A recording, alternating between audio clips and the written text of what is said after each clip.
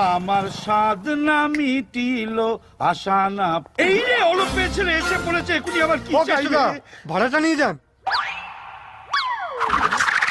এ মাসের ভাড়াটা।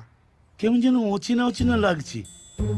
এতদিন ভাড়ার জন্য 10 বার করে তাগাদা দিতে হতো, ভাড়ার বদলে কিস্তি যুক্ত।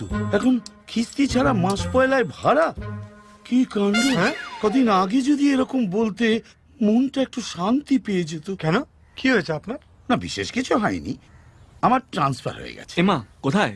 ওই পশ্চিম মেদিনীপুরে কেশপুর বলে একটা জায়গা আছে, ওইখানে। ও কেশপুর? হ্যাঁ। কেশপুরে তো আমার বাড়ি। তোমার বাড়ি কেশপুরে নাকি? হ্যাঁ। আপনি ওখানে কোথায় উঠছেন? কোথায় উঠবো, ওই ব্যাংকের কোয়ার্টারে, ওখানেই কোনো মতে কষ্টে। না না না, আপনি ব্যাংকের কোয়ার্টারে কেন উঠবেন? আপনি আমার বাড়িতে উঠবেন। দাঁড়ান, আমি মাকে মাকে ফোন করে আবার বাড়ির লোকদের বিব্রত করা। আপনার কোনো কথা এখন আমি শুনবো না। আপনি আমার বাড়িতে উঠছেন মানে উঠছেন, ব্যাস। আরে দাদা বলছি। কি ভেবে